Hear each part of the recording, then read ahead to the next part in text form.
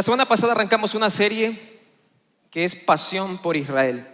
No sé si se ha dado cuenta, pero hemos estado durante todo este año viendo algunas pasiones del corazón de Dios. Y esta vez vamos a entrar en Pasión por Israel. He titulado el mensaje, le he puesto de nombre La historia de dos hijos. Y ya se va a dar cuenta por qué. ¿Cuántos aquí como hijos, son un buen ejemplo? Oiga, yo me estoy preocupando. Primer culto, 3 manitos. Segundo culto, 2 manitos también. Aquí creo que hubo como 3, ganaron. ¿Y cuántos son ejemplo, pero mal ejemplo? Ahí sí. Ahí sí. Es interesante, pero yo no sé si a usted le ha pasado. A lo largo de los años que he estado en la iglesia, me he percatado de algo. Cada vez que queremos hablar de alguien desobediente, siempre usamos Israel. No sé si se recuerda. Queremos hablar de incredulidad, Israel. Queremos hablar de aquellos que adoran a otros ídolos, Israel. Queremos hablar de aquellos que Dios los cuida y los perdona, vienen arrepentidos y 2, 3 pasos más allá, otra vez. ¿De quién hablamos? Israel. Y casi siempre hemos escuchado de forma, al menos yo teniendo un poco de memoria, me atrevería a decir que de 8 de cada 10 prédicas que escuché de Israel, 8 o 9 fueron donde Israel era el hijo malcriadito, la oveja negra de la familia. No sé si se identifica con esto, espero que no. Pero me llama mucho la atención porque hoy quiero hablar un poco de este hijo, hablar de Israel, pero vamos a conocer un poco más allá de lo que si no recibieron a Jesús, hicieron algún sinnúmero de cosas, pero quiero ir un poco más allá. ¿Sabía usted que la Biblia tiene misterios? No ministerios, misterios. ¿A cuánto les gustan los misterios? La zapada, ¿no? Decía un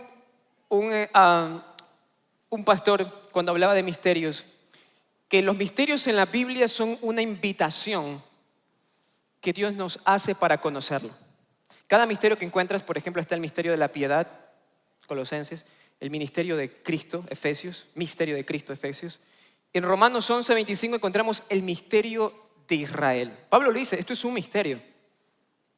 Entonces, si a usted le gusta la zapada, esta es una buena oportunidad para conocer acerca de este tema. No, ya hablando en serio. Hace tiempo me di cuenta que estos misterios no solamente que son una invitación que nos hace Dios para conocerlo, sino también son una oportunidad para conocer las profundidades del corazón de Dios. ¿A cuánto les gusta que los conozcan? ¿Se siente bien cuando alguien dice, yo no sabía que tú sabías que me gustaba esa comida, no sabía que sabías que ese color me gusta? Uno se siente bien. Y me llama la atención que esto es una invitación que el Señor nos hace. Ahora, la pregunta que surge a partir de esto es, ¿qué siente Dios por Israel? ¿Qué siente Dios por Israel? Y se viene una segunda pregunta. ¿Qué deberíamos nosotros sentir por Israel? Hemos estado en una serie que hemos estado hablando de que Dios ama a Israel. Y si nosotros decimos amar a Dios, debemos amar lo que Él ama. Entonces vamos a ir un poco revisando este tema. Israel no solamente es que es importante para Dios, sino que también es importante para nosotros. Por cierto, ¿trajeron Biblia? ¿Sí? No la traigan a pasear por si acaso. Vamos hoy a leer Biblia, así que quiero que ustedes vayan a Mateo 24. Si les gusta apuntar y les gusta tomar nota, tomen nota porque van a ver algunos versículos. Sucede algo interesante en Mateo 24. Jesús empieza a hablar acerca de las señales antes del fin. Ustedes encuentran Mateo 24, señales antes del fin del mundo. Y comienza a decir algún sinnúmero de cosas. Alrededor del versículo 29 dice, después de la tribulación en aquellos días se oscurecerá el sol, no brillará más, las estrellas caerán. Versículo 30, y la señal del Hijo del Hombre aparecerá y se angustiarán todas las razas de la tierra. Dice, y verán al Hijo del Hombre venir sobre las nubes del cielo con gran poder y gloria. Increíble. Me parece fantástico. ¿Cuántos anhelan el regreso de Jesús? Yo honestamente me apasiona saber que aquella persona con la que converso, en las tardes, en las mañanas o en la noche, poder escuchar su voz audible y poder tenerlo cara a cara, es hermoso.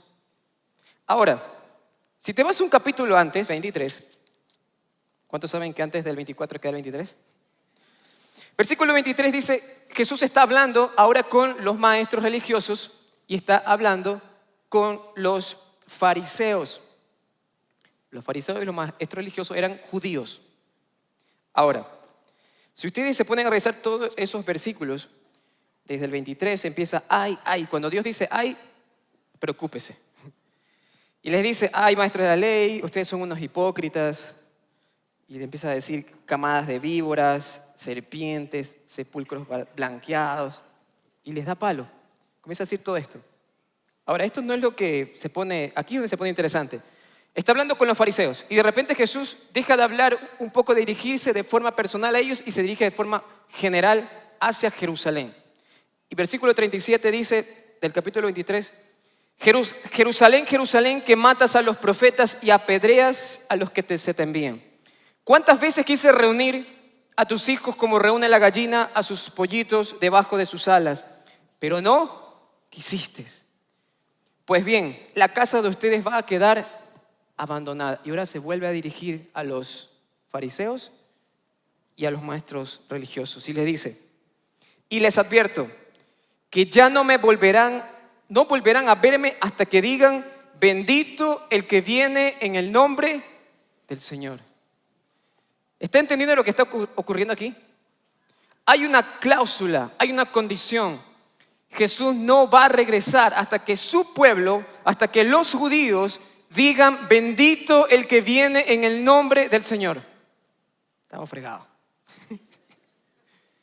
Si ustedes ven su realidad actual, ¿qué sucede?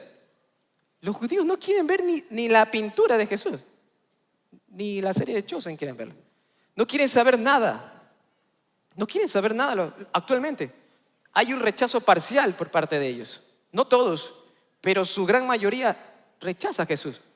Entonces, aguanta. Entonces, ¿será que va a venir un día donde esta gente diga, bendito el que viene en el nombre del Señor? Vamos a verlo. Y aquí no termina todo. Yo creo que cuando Jesús viene y dijo esto, el diablo tuvo que haber dicho, Jesús, estás loco, ¿cómo se te ocurre?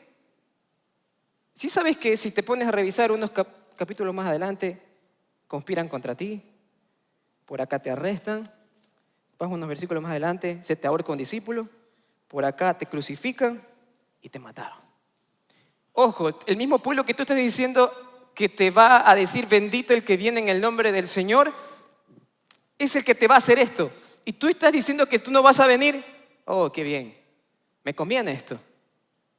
Quizás el diablo tentativamente dijo, victoria, este pueblo jamás.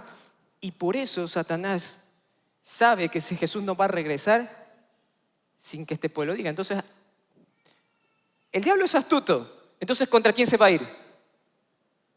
Contra el pueblo judío. ¿Y qué va a hacer? Que odien a Jesús.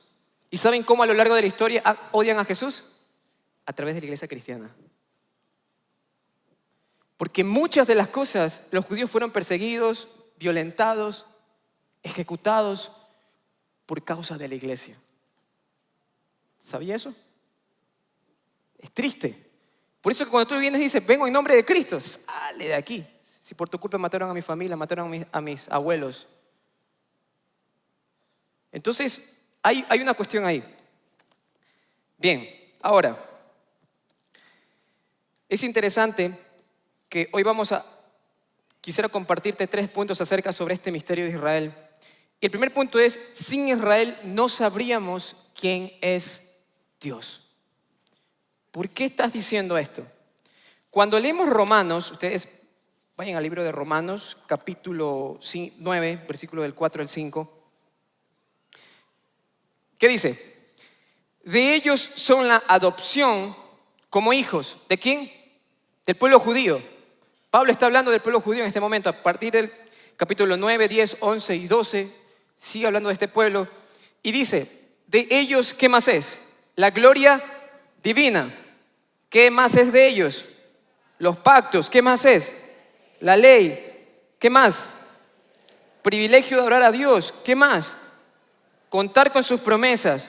Versículo 5 dice, de ellos son los... ¿Son de los ecuatorianos los patriarcas? No. ¿A quiénes le pertenecen? Son de allá. ¿De quién dice? De ellos, y según la naturaleza humana, nació Cristo, quien es Dios sobre todas las cosas, alabado sea por siempre. Amén. ¿Ha tenido la oportunidad de conversar con algún judío alguna vez? ¿Alguien? ¿No? Pues déjeme decirle, acá hay alguien. Déjeme decirle que si usted le ora al Señor todas las noches, está hablando con un judío todos los días. Porque el que está sentado en el trono es un judío. Y ese judío dice que va a regresar y el evangelio culmina llegando y asentando su reino que fue prometido a David y va a hacer establecer reino en Jerusalén en donde va a gobernar todas las naciones. Desde Jerusalén. Entonces tenemos un Dios judío, si no lo sabía. Muy bien. Ahora, salvo que haya algún judío aquí, todos los que estamos aquí somos gentiles. ¿Quiénes son los gentiles? Todos los que no son judíos, ¿verdad? Ahora, ¿qué intento decir con el primer punto de que sin Israel no sabríamos quién es Dios? Lo que intento decir es que como gentiles, como las naciones que estaban alrededor, Dios forma a partir del pacto que hace con Abraham, empieza y crea un pueblo para sí mismo. Se presenta a este pueblo y se da a conocer a este pueblo, los cuida. ¿Qué sucede? Que las naciones alrededor, los gentiles que estaban alrededor, adoraban a otros dioses. Todos los pueblos que estaban alrededor tenían otros dioses. Entonces lo que en otras palabras estoy diciéndote es, sin este pueblo, nosotros estaríamos ahora tal vez adorando al sol, la luna, bailando el waka waka, adorando la vaca, o quizás adorando a cualquier mosquito que se te pasara por el frente. Y es interesante que cuando yo digo, ok, y aquí me pongo a pensar y digo, Israel, si este era tu Dios, ¿por qué desobedeciste? Me surgen esas preguntas. Y me volteo al otro lado y le digo, Señor, si este era tu pueblo, ¿por qué permitiste que te desobedecieran? ¿Por qué permitiste que pasara esto? Y solo para darles un poco más de contexto, Israel era la posesión exclusiva del Señor. La propiedad exclusiva, dice Deuteronomio 26, 18. Eran mi propiedad, son mi herencia. Entonces, si son tu herencia, Señor, ¿por qué permitiste que este pueblo te diera la espalda? ¿Por qué se endureció el corazón de ellos? ¿Por qué ocurrió esto? Un pastor estaba predicando la otra vez y lo escuché y lo decía de esta manera. ¿Recuerdan la historia del alabastro, aquella mujer que lleva el perfume y lo arroja a los pies de Jesús? Y era un perfume costoso. Y no le importó que fuera costoso y dijo, tú eres digno de merecer esto. Es interesante que el Señor ha hecho algo similar con nosotros. ¿Cómo lo hizo? Toma a Israel como ese alabastro, como esa ofrenda, como ese perfume y lo quiebra para las naciones. ¿Por qué? Y esto es lo interesante. Yo le preguntaba, Señor, ¿por qué permitiste? ¿Por qué pasó esto? Y ¿saben la respuesta de ahí? El Señor es, porque me hacías falta tú en esa mesa. Porque si yo hubiese venido y me hubiese entregado a mi pueblo y mi pueblo me hubiese aceptado, todos los que estamos aquí en este auditorio probablemente nos hubiésemos perdido. Porque fue por el endurecimiento del corazón de Israel que nosotros hemos alcanzado la salvación. No sé si estás comprendiendo la magnitud. Si este pueblo no le hubiese dado la espalda a Dios, si no le hubiesen dado la espalda a Dios, nosotros nos hubiésemos perdido. Pero es por el endurecimiento del corazón de ellos que Dios se da a conocer. Y Dios le dice, ¿sabes qué? Te voy a hacer entrar en celos. Me voy a dar a conocer a los que ni siquiera me están buscando, refiriéndose a nosotros. Y me les voy a dar a conocer a ellos. Y vas a sentir celos. Ahora, después de la resurrección y ascensión de Jesús, surge la iglesia primitiva, compuesta principalmente por ¿quiénes? Judíos. Los discípulos eran judíos. Y con el pasar de los tiempos, la iglesia comienza a sufrir persecución. ¿Qué sucede? Esto provoca que los creyentes judíos empiecen a dispersar a las diferentes naciones y se dispersan. Esto a su vez Dios lo usa para llevar el evangelio a los gentiles, a nosotros. Tiempo después, a través de esta dispersión, la iglesia gentil creció, se hizo fuerte. Y llegó un día y dijo, ya no necesitamos ni siquiera circuncidarnos. Entonces, ya no necesitamos a los judíos.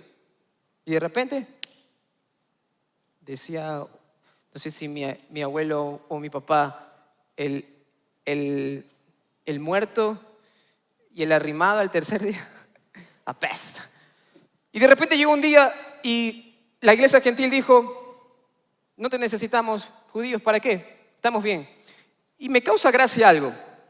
Se supone que el apóstol de los gentiles, ¿alguien sabe quién fue el apóstol de los gentiles? Pablo. ¿Y Pablo qué era? Un judío, israelita, de la tribu de Benjamín. ¿Y qué sucede? Se olvidaron de eso. Siguen pasando los años y la iglesia gentil empieza a creer que ha tomado el lugar de Israel y se apropia de sus promesas. Como durante muchos siglos el pueblo judío no tuvo ni siquiera una tierra donde estar, no tenían posesión ni Jerusalén, sino fue hasta 1948 en que se establecen como un país. Y ahí como que dijeron, bueno, como que y ahora las promesas. Entonces, era fácilmente para la iglesia decir, bueno, las promesas de Israel me las tomo yo como iglesia. Y por eso cantamos las canciones de La niña de tus ojos. Eso es algo que Dios le dice a Israel. Y se lo dice a Israel. Ahora ya vamos a ver qué sucede más adelante. Pero para algunos han hecho de forma descarada, han buscado reemplazar a Israel incluso con teología. Con versículos te dicen, no, Israel está reemplazado ya. Otros sigilosamente hemos ido aceptando esa teología de reemplazo. Solo para una dinámica, para que nos demos cuenta. Yo voy a decir un versículo y ustedes van a completarlo, ¿ok? Entonces, de tal manera amó Dios al mundo. Muy bien, tienen 10. Siguiente versículo. Porque Dios habita en medio de la alabanza de... Tienen 0. ¿Por qué? Es interesante y se van a dar cuenta. Si ustedes van y buscan, y les invito, busquen, abran sus Biblias, Salmos 22, versículo 3. Dice, tú que habitas en las alabanzas de Israel. Y cuando nosotros leíamos eso, decíamos, no, que eso es para nosotros. Pero el versículo literalmente dice, Dios habita en las alabanzas de Israel. Pastor, entonces me está diciendo que Dios no habita en la adoración. No, Dios habita en la adoración. Lo que te hago ver es que si te das cuenta, sigilosamente hemos ido desplazando. ¿A quién? A Israel. Y nosotros como iglesia gentil hemos dicho, bueno, Israel está por allá hecho el malcriadito. Nosotros sí vamos a hacer las cosas bien, entonces apropiémonos de todas las promesas. Y hay promesas en la Biblia que exclusivamente son para Israel. Muy bien. ¿Vamos hasta ahí? ¿Están vivos todavía? Sí. Y esto me lleva al segundo punto. Israel no ha sido reemplazado por Dios.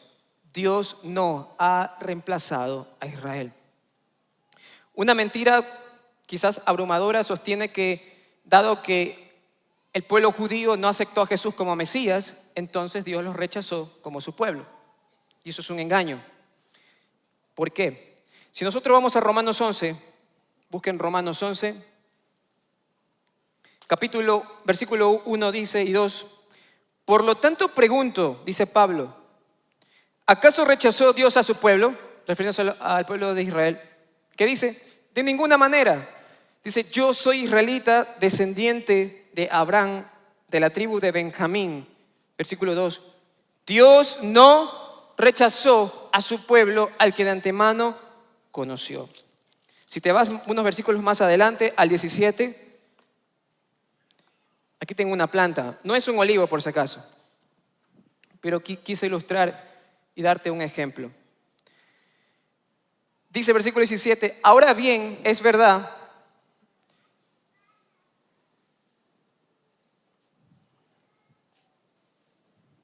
Dice, es verdad que algunas de las ramas han sido, ¿qué?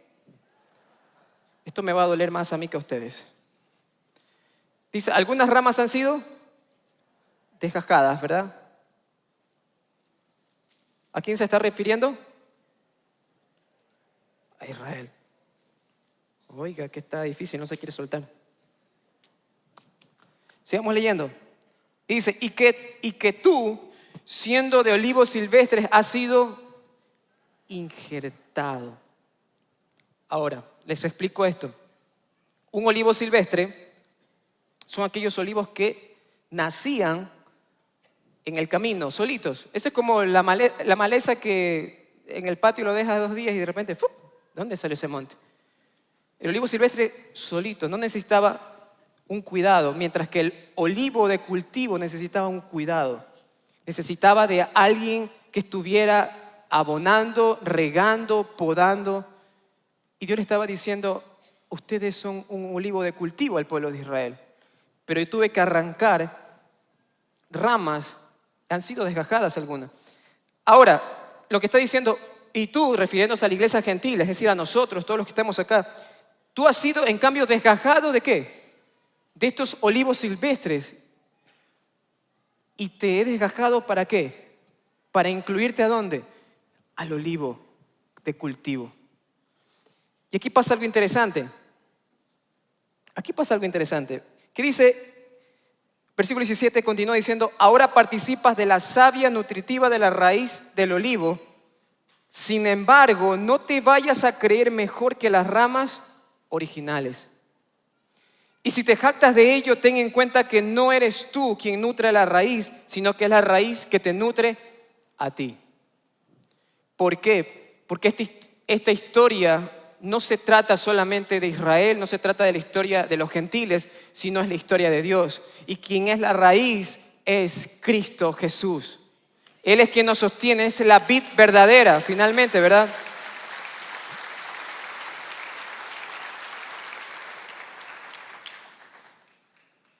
Versículo 19, Pablo dice, tal vez por si acaso apareciera un gentil guayaco más adelante, ¿verdad? Y dijera, pero desgajaron unas ramas para que yo fuera injertado. O sea, quitaron unas para que yo fuera injertado. Y Pablo dice, sí, de acuerdo, pero ellas fueron desgajadas por su falta de fe.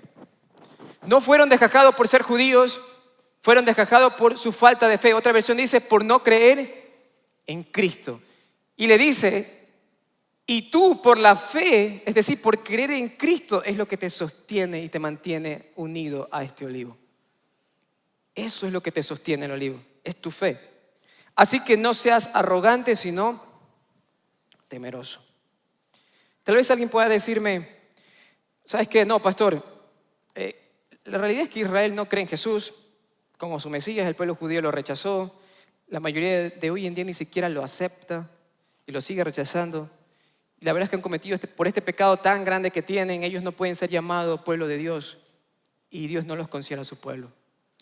Para nada es así. Ellos siguen siendo el pueblo elegido de Dios a causa de su amor y fidelidad, de sus pactos con los patriarcas, porque sus pactos son eternos e incondicionales. Los pactos que Dios hizo con Abraham, sobre todo el pacto que hizo con Abraham y con David, no dependen si este pueblo desobedece o no. Dios se mantiene fiel.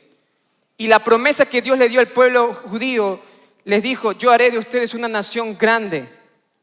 Yo voy a hacer de ustedes van a tener una tierra y a través de ustedes serán benditas todas las naciones. Y Dios no se ha olvidado de sus promesas. Dios la va a cumplir.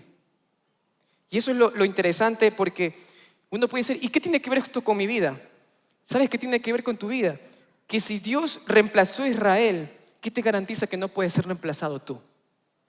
Si Dios es un mentiroso respecto a sus pactos con Abraham y con David, entonces, ¿qué hacemos creyéndole que Él puede salvarnos? Perdería credibilidad entonces. Si yo llego a pensar, si Dios reemplazó ya a Israel, ¿qué me garantiza que el día de mañana no me reemplaza a mí? Pero dado que entiendo a través de la palabra, entiendo que Dios no ha reemplazado a Israel, puedo entender que tampoco va a reemplazarme a mí porque Él es fiel a lo que dice. Porque no es un Dios que miente. No es un Dios que miente.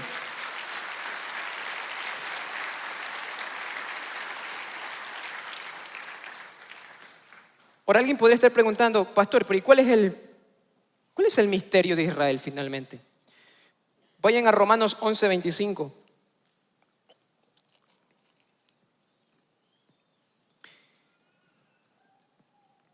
Dice, quiero que entiendan este misterio para que no se vuelvan presuntuosos. Y aquí está la parte, este es el misterio. Parte de Israel se ha endurecido, dice. Y así permanecerá hasta que haya entrado la totalidad de los gentiles. ¿Sabes cuál es la locura que hay aquí?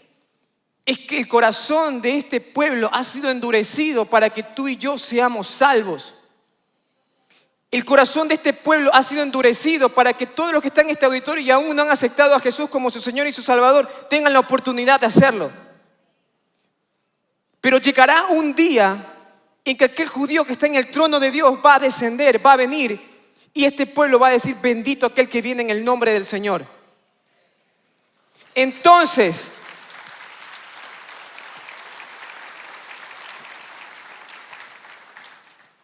este endurecimiento que tiene en la actualidad el pueblo judío, primero que no es total, porque dice una parte de ellos. Hay judíos en la actualidad que son mesiánicos, ya han aceptado a Jesús como su Señor y su Salvador.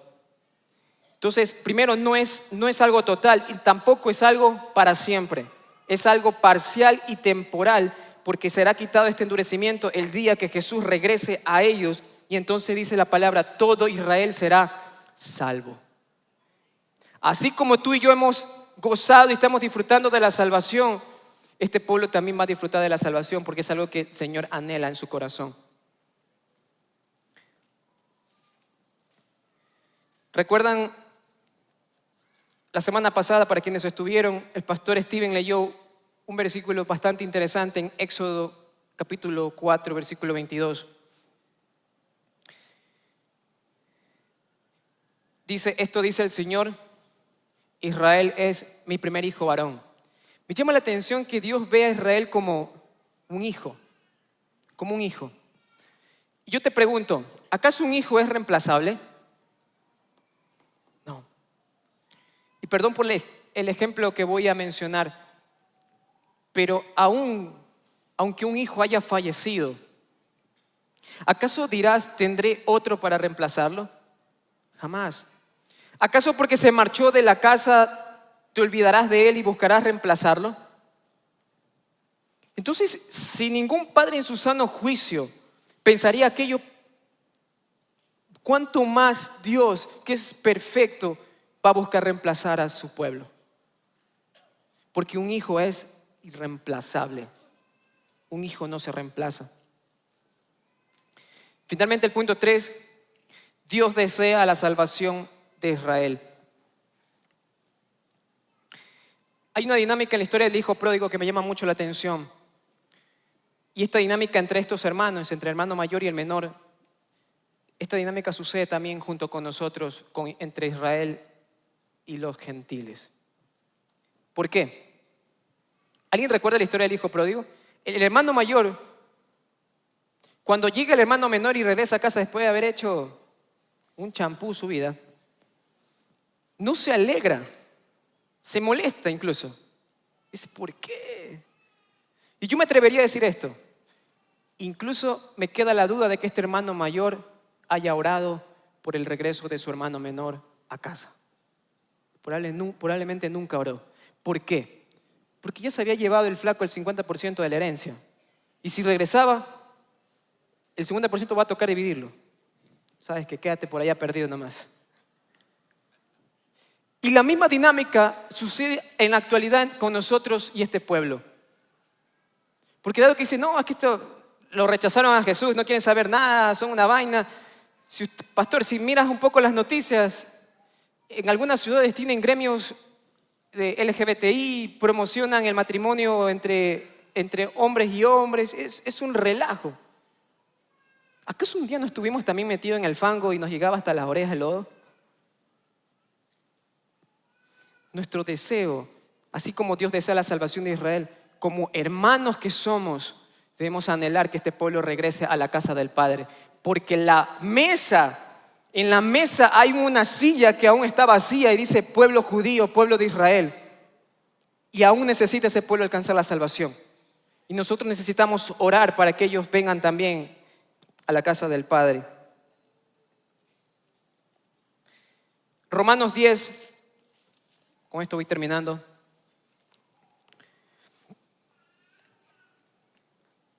Versículo 1 dice, y esto es interesante, Pablo aquí está dando a conocer su corazón.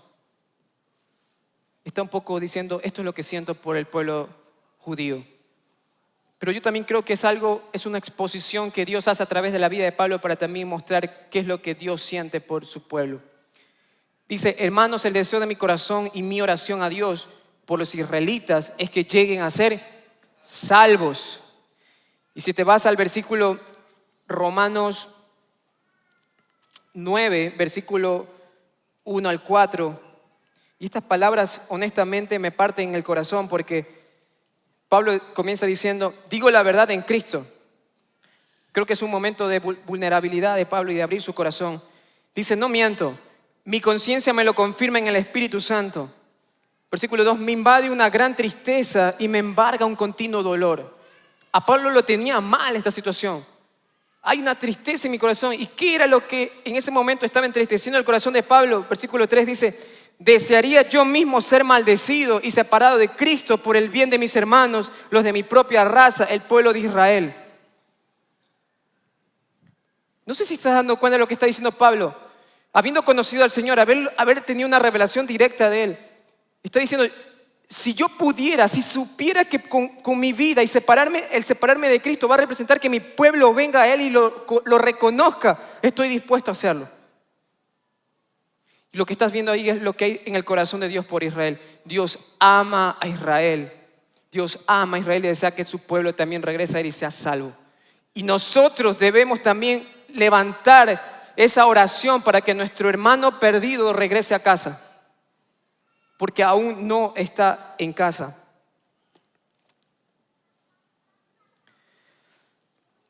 Yo sé que es un camino difícil y tú dices, pero veo complicadísimo que esto ocurra, que ellos pueden venir a aceptar. Pero la palabra en Romanos 11, 26, 27 dice, de esta manera todo Israel será salvo, tal como está escrito, el Redentor, refiriéndose a Jesús, vendrá de Sión y apartará de Jacob la impiedad. Y este es mi pacto con ellos cuando quite sus pecados. La promesa es que va Cristo una vez más volver el corazón de ellos definitivamente a Él. Me gustaría seguir hablando, pero el tiempo es corto y en una prédica no se puede aprender todo sobre Israel. Eso es una realidad. Pero quiero dejarte un desafío. Conoce, instrúyete acerca de Israel. Conoce a tu hermano. Conoce a tu hermano. Coge tu Biblia, principalmente ábrela, lee los pactos y date cuenta cuál es el papel que juegas en esta historia. Porque jugamos todos un papel dentro de esta historia. Y yo quiero hoy dejarte hay un QR que va a salir en pantalla. Aquellos que puedan escanearlo, escaneenlo. Eso es un libro de un autor bastante confiable, Joel Richardson. Cuando un judío gobierna el mundo. Si tú dices, no soy bueno con la tecnología, no sé, solo tómale foto, luego pídele a alguien en casa que te ayude a escanearlo y te descargue el libro. Igual voy a pedir que entre semana, Dios mediante, se suba el link para que puedas descargar el libro. Es un libro gratuito, por si acaso, no lo estoy plagiando. El autor lo puso gratis en su página, entonces créeme que te va a ser de mucha edificación para tu vida. Segundo, intercede por la salvación de Israel. Miren, cuando leímos Isaías 62, en Isaías 62, ¿querían el código? Creo que quieren el código. Manténlo un momento más, por favor. Yep. Isaías 62, versículo 1 y versículos 6 y 7.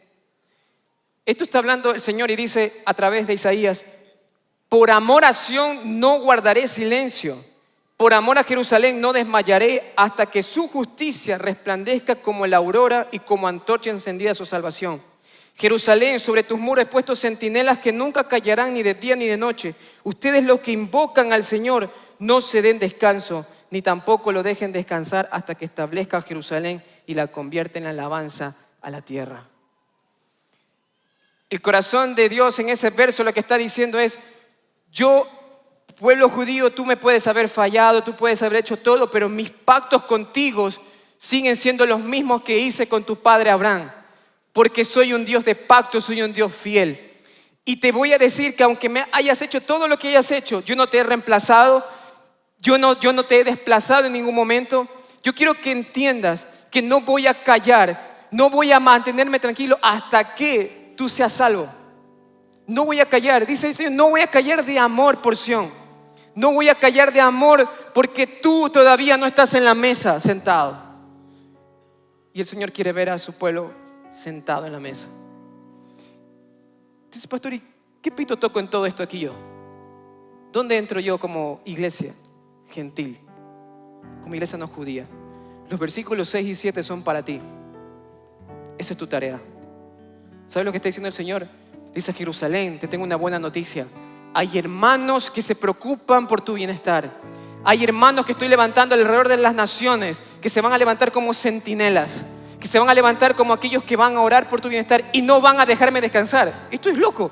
Dice: no me dejes descansar, dice el Señor. No me dejes descansar. Ora por la salvación de Israel, hasta que la veas establecerse, hasta que veas la justicia de Dios sobre ese pueblo.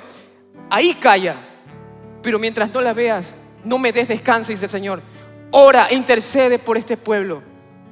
Porque así, del mismo modo que Dios anhela que su pueblo judío regrese a casa, fue el mismo modo cuando el Señor te llamó y te dijo: hey, ven a casa. Ven, es tiempo de estar acá. Dios es un Dios. Miren, cada vez que intento averiguar sobre cuánto costó mi salvación, me siento más mal. Inicialmente yo decía: mi salvación, Dios, entregaste a tu hijo por mí. Qué bestia. Entregaste a tu hijo, yo no lo merecía. Y es cuando el Señor dice: no lo mereces, pero yo te amo. Y Dios ama a Israel porque es su hijo. Y cuando le decía yo esto, Señor, pero